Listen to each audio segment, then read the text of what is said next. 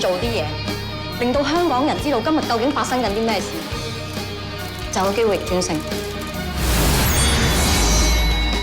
Hi, welcome to the Silver Spleen. My name is H.L. Mencken, and this is my review of The Menu. The Menu is based on a television series that showed on HKTV, a relative newcomer to the artistic wasteland that is local television. Did I say that, or just think it? I'd encourage people who don't know about HKTV or its owner, Ricky Wong, to Google both of them, because it's a very interesting story. And by interesting, I mean a sordid tale of protectionism, cronyism, and political ugliness. But why is that important? Well, because The Menu is about local media, though a lot of it applies everywhere, and some of their less attractive traits. Hong Kong's tabloid media has a long and sordid history of exploitation, insensitivity, and a crassness so blatant it sincerely makes me jealous. It also has a negative side. Now, I know some people who are journalists in Hong Kong, and they're good people.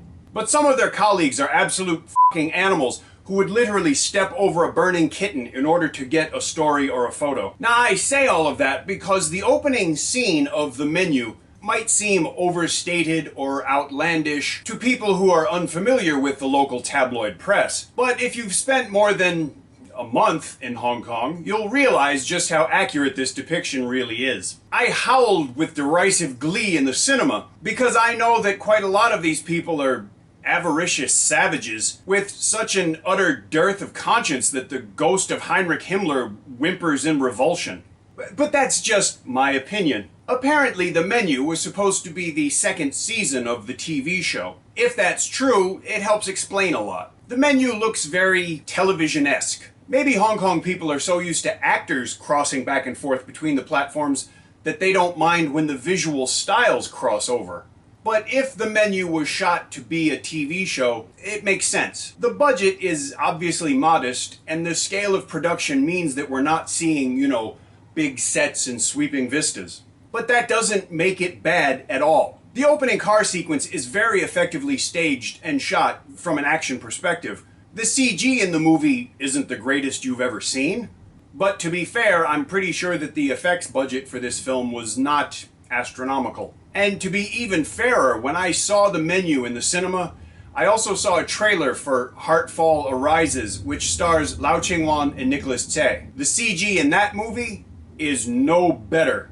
And when you factor in the differences in budget between those two movies, they have no excuse. But never mind that. I was saying that The Menu isn't a big movie, but it doesn't need to be. The story is about people, so the film doesn't really need bigness. By keeping the figurative focus close, it accentuates the humanness of the characters and the story, even when you'd rather not be so close to some of them. Josephine Yu plays the Mandarin-speaking but Taiwanese boss of a rival media outlet, and she does a really commendable job of being extremely hateable. Speaking of commendable, it was nice to see Gina Ho play a resoundingly regular character that was neither bitchy nor wearing lingerie. I'm not sure that I could believe her playing a college intern, but that's probably just because I don't work at universities anymore. It was nice to see Manta in a non-comedic role. Sometimes he oversold the character, but at other times he was very, very convincing and believable. So was Justin Chung as an owner of a media outlet.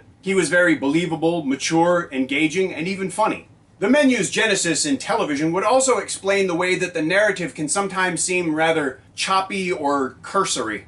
I got the impression that paring a television season's worth of story down to 90 minutes necessitated removing some things that I wish were still there. I would have believed the story a bit more easily, and I think it might have made the movie better. The Menu is not a great film, but I'm not sure it was ever designed to be. The Menu is topical, relevant, timely, and it tells some rather ugly truths in a refreshingly straightforward manner. It has an unmistakable political perspective or bias, to be sure, but most movies do. The Menu just happens to wear its bias on its sleeve. And like I said, if you know about HKTV and what they've been through, I can't really say that I blame them. I can easily admire the ambitions of The Menu, even if I can't always admire the execution. It's an extremely local film, which I think is a very good thing. And the more you understand about Hong Kong culture and politics, the more you're going to get out of it. The Menu is one of those movies that I can say, I'm really glad it was made. It's not perfect, but it's there, and these days that's an accomplishment in and of itself. Now, if you want to watch this movie, go see it in the cinema. If you miss it in the cinema, wait until you can somehow pay money for the privilege of seeing it. Don't steal this or other movies. Downloading films is not like a free food sample. You know what? That's like going into a restaurant doing a chew and screw. It's not right, it's not legal, and go f your mother. When this film gets released to home video, I'll update the description with, hey fellas, I'll update the description with a link where you can buy a copy. If you enjoyed this review, please tell me. If you didn't, please tell me. You can do that obviously in the comments section. If you enjoyed the channel, please subscribe, because that way I'll have more subscribers. Thank you for watching, and I'll see you again soon.